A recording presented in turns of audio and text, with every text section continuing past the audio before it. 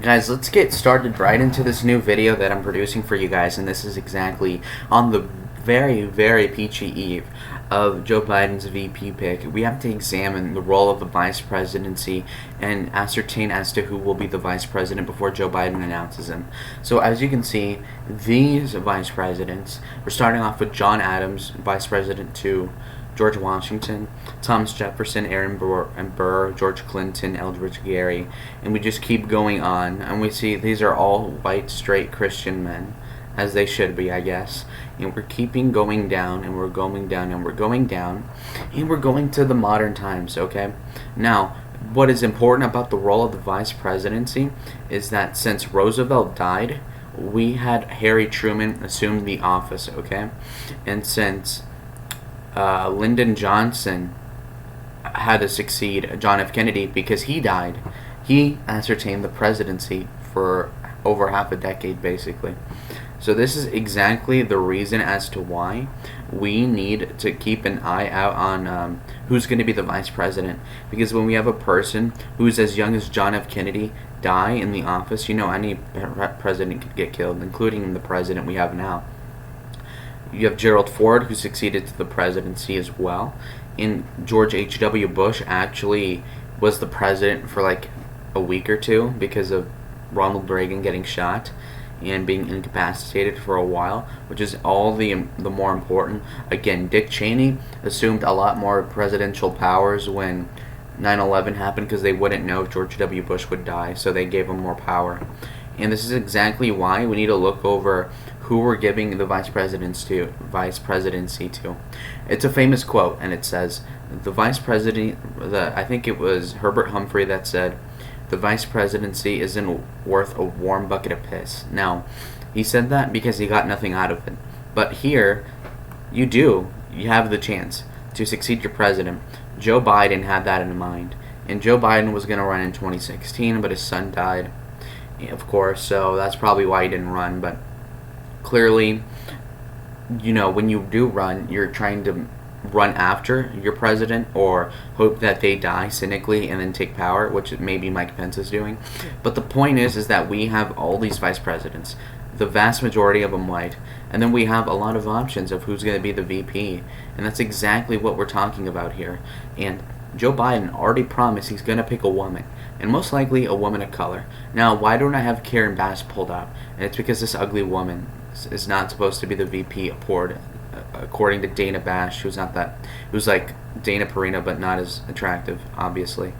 And so I did this video because I just saw a headline saying that Joe Biden would pick a VP today, or at least will be, that he already picked one. And this is extremely important because the election could really go down the wire here. And there's a lot of considerations as to who the VP will be. Not only who's lobbying for them, but also what function they will serve once they are picked. So when we look at articles such as this one, you can see that there's not a lot of information. Joe Biden's extremely old. He doesn't know what he's talking about. So we're looking at all these unattractive options, and clearly he's trying to seek the best one. So let's go one by one and let's examine each one, okay? So Susan Rice, she is, we'll look at her stats, and as for her age, she's 55, which is the perfect age. Remember, Joe Biden is approximately 78 years old, meaning that he's too old to be president, but not only that, but he is going to be president for 4 to 8 years, so he's already too old to begin with, but he's going to add even more age, so he's kind of screwed in that aspect. So I personally believe that he needs somebody younger, and he already knows that. He's self-conscious of his age, I think, so he's going to pick, he could pick Susan Rice.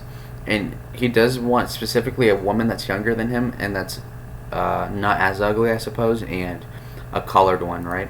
So when we look at her credentials, she was Assistant Secretary of State for African Affairs, so that gives her black credit.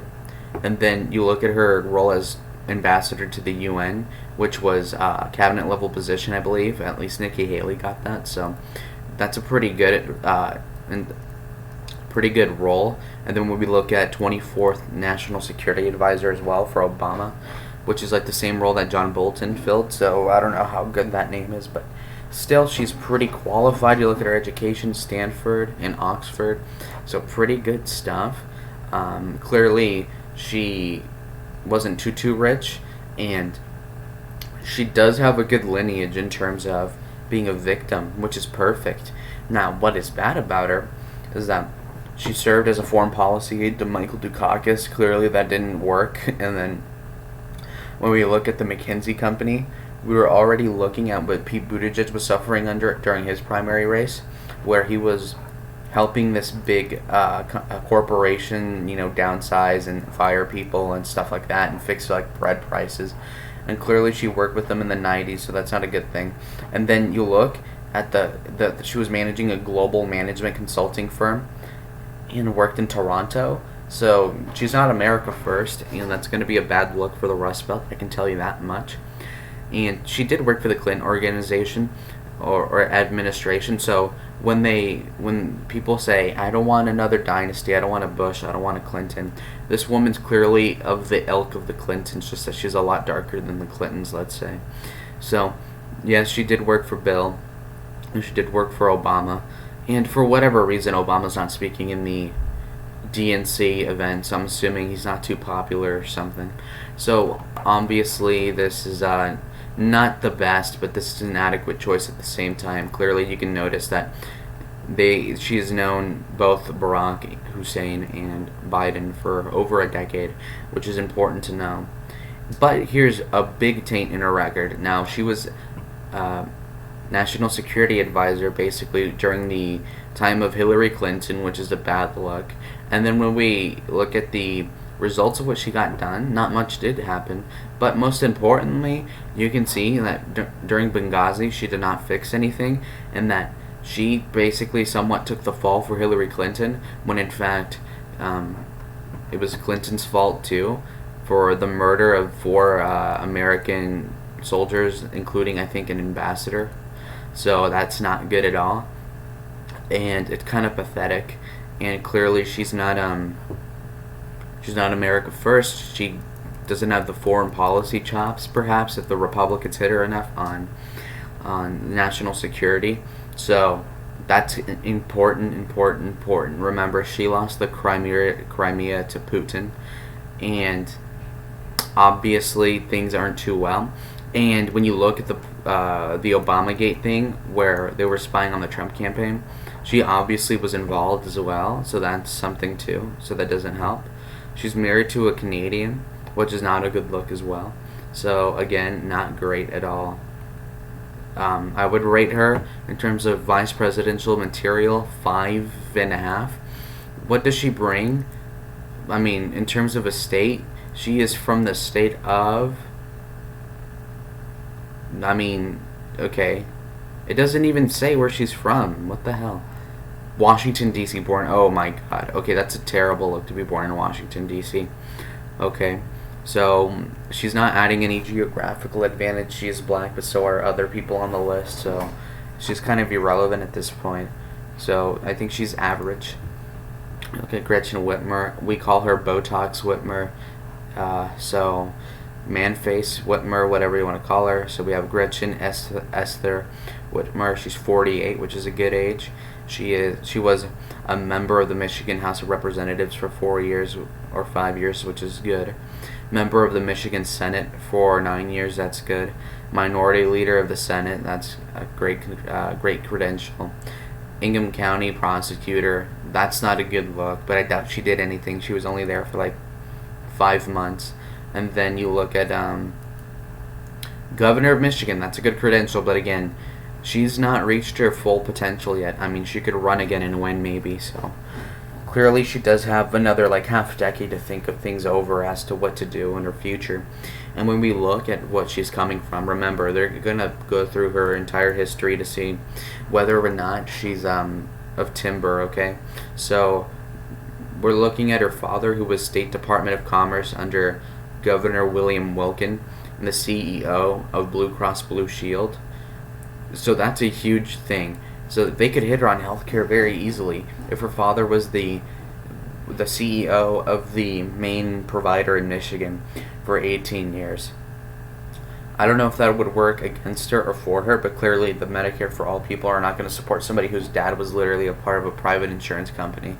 So that's not going to help in terms of the progressive caucus. And in the state Senate, she got nothing done, really. She told her story about abortion and rape, whatever. That doesn't really help you. No, she was sexually assaulted. What? Yeah, again, that doesn't matter in this case. Ingham County prosecution. This cannot work to her benefit in today's climate with these blacks rioting and these Black Lives Matter people, the liberals in general, the Antifa. This does not make sense. Being a prosecutor in any sense does not help you. And we're going to see later with Kamala Harris that it does not help. Now, with the 2018 Michigan gubernatorial race, this is extremely important because she raised taxes and said she would, with the tax money, fix the roads, but she didn't do the road part, but did increase taxes. Not a good thing. And when you look at her electoral history, we look at this election, she beat Bill Schuette by like 10%, which is good. So does that mean she will win the federal election for Biden? Maybe not exactly. When we look at approval rating, it's going to be high, but that's because just of COVID. And when you look at the approval rating before COVID, I think it was like 40-something%. And so if her approval rating's over 50%, then it would help Biden in Michigan. If not, then no. But I think as it stands right now, she would help Biden win Michigan and increase his chances of winning the state by 15%, which is extremely pivotal in the election. But Trump can still win without that state, remember that. So that's important to remember. In terms of a VP, she brings Michigan from a toss-up to a likely state in terms of probability for it flipping, which is important. And she increases, I think, Biden's odds of winning by like 5%. And she's the ultimate Karen here. I think Botox Whitmer would be a 6 out of 10. Not a lot of scandal with the woman. And then we go to Kamala.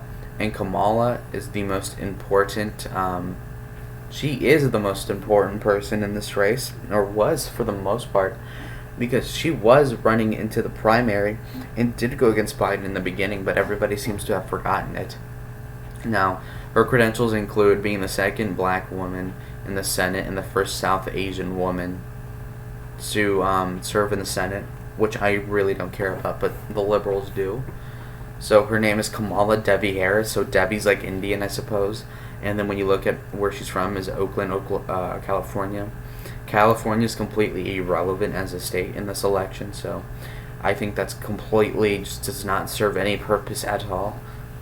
And then when we look at who she's related to, and nothing too important from what I can tell, you can look into her credentials. 27th District Attorney of San Francisco for 7 years. That's not a good thing. When we look at 32nd Attorney General of California for 6 years, that was not good as well. She arrested people for pot and for being truant to school, which is not progressive. And even though I could agree with locking potheads up, maybe, but in terms of a Democratic primary or a Democratic, field, this is not a good thing either. And Tulsi devastated her one time and almost killed her campaign, just off of that fact alone. And then when you look at her being a senator for a term, that's a good credential, but again, not a crazy amount of experience, as well as not good experience. From 2004 to 2017, she was a prosecutorial judge or whatever. She was in the legal system. This is not popular. So 13 out of her 16 years of experience are completely trash, and they will actively work against her, okay? That's clear. When you look into her beginnings, her mother was a breast cancer scientist who immigrated from India. So that's a good thing. In terms of the upbringing, now the Indian thing doesn't help at all. In fact, the Indian population does not matter one iota basically in this election at all. They're mainly concentrated in liberal areas anyway, not that they would vote right-wing at all in the foreseeable future. Harris identifies as African American because she's a quarter Jamaican, okay? So it's not even worth it. And you look into the busing record, and she was lying about that. So that's pretty important. When you look into what she went to Howard University, even though she was only a quarter black, and she double majored in political science and economics, okay? So that's okay in terms of notoriety. And then when we look at her early career, you can see that she grew up with Nancy Pelosi politically, Gavin Newsom, not good optics for Biden. And then she particularly went for three strike cases, which is unpopular with Democrats, and that's where if you commit three felonies, they lock you up for life, which I think is good, but some people don't like it as well. So that's pretty important to note. There you go. So she's been friends with Pelosi for over 15 years. That's not a good thing. She inherited a 50% felony conviction rate, and then she got it up to 65%. So she was arresting more and more, record people. And while I think that it's good that she was doing that, that's not popular. Okay?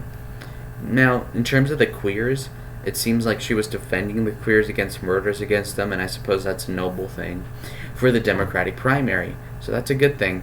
But in terms of the record, you can't really salvage this.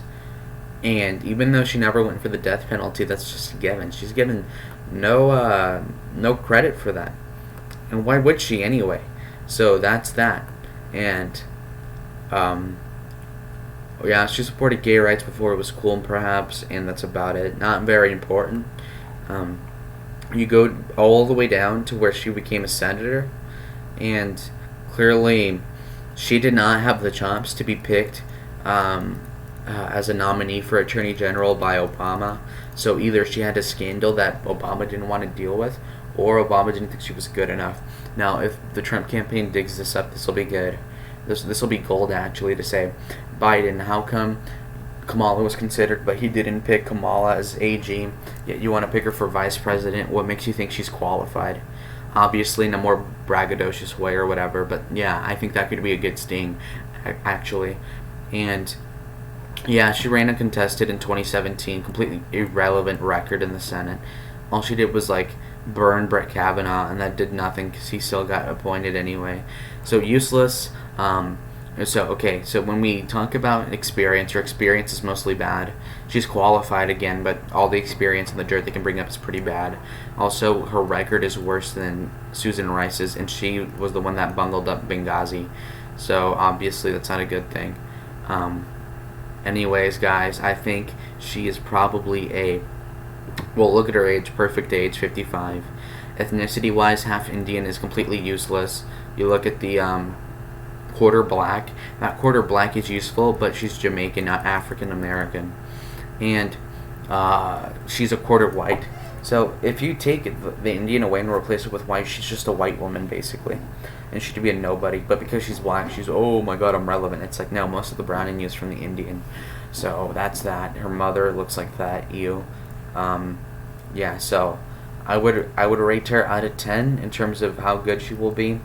A 4. I don't think she brings anybody to the table. She's from California, an irrelevant state, so she's useless. Now, Elizabeth Warren is the last person I'm going to talk about today, and she is probably not going to be it. But at the same time, I think that this could be really key insofar as we can go for just a lot of things here, and I can tell you why. She's very useful because she can bring in the progressive vote. And now I know that she's a snake in regards to the Bernie people, but the Bernie people are gonna forget about that, just how everybody forgot about Kamala going after Biden. Okay, obviously. And when we look at the credentials, she went to decent schools. She's married to this white guy. Not a big deal. Legal historian. Not a bad thing. Age-wise, 71. She's too old. I think she's 10 years too old for her job, which is the main reason why Biden wouldn't pick this woman. And when you look at this congressional oversight panel, that's a good thing. Looking over the stimulus, that's a really good credential when we're looking at a stimulus act without fraud. A special advisor for the Consumer Protection Bureau, which is going to be a good look for Democrats, but it is unconstitutional, so it's not a good thing actually, but for optics it is. And she's been a senator for approximately 8 years, so she's a second-term senator. So that's pretty good stuff. When we look at her upbringing, she did actually struggle though the struggle was exaggerated, and in fact, she did fake a pregnancy, and she was very unattractive, Jesus Christ. But, yeah, she faked the pregnancy, and she faked her ethnicity to go to college. So those are the scandals. She endorsed Hillary instead of Bernie, so that shows her lack of conviction, and she'll be seen as a Machiavellian. Pocahontas, whatever. Donald Trump will bring back that name. It's not going to be a good thing, and really, it's going to be a sad thing. So really quickly, I think she's too old. Her credentials are decent, and I think the optics of her, I mean, she's from Massachusetts. Does she bring anybody to the table? I think she'll bring progressives a little bit better, more to Biden. So I think out of 10, this woman's a 4, again, just like Harris. What she lacks in age, she brings back in progressiveness, and what she brings in progressiveness is outweighed by her disingenuousness and not being solid. So that's that. And when we look at the one new update from the Biden campaign, what is it? Holy shit, isn't it? Joe Biden has selected Kamala Harris. Oh my god. What the hell? What the fuck? Okay, guys, this is major news. This just happened. Anyways, guys, this is the video. Kamala Harris. He picked Kamala Harris. Thank God. Dude, Trump's gonna have he's gonna have a field day with this whore. Heels up Harris 2020. This woman now has a 20% chance of becoming the president within the next 5 years. Quote me on this. This is huge, and this is really big. Oh my god. Based. Oh my, yes. Oh my god. This just increased Trump's odds by like 5%, bro. Based.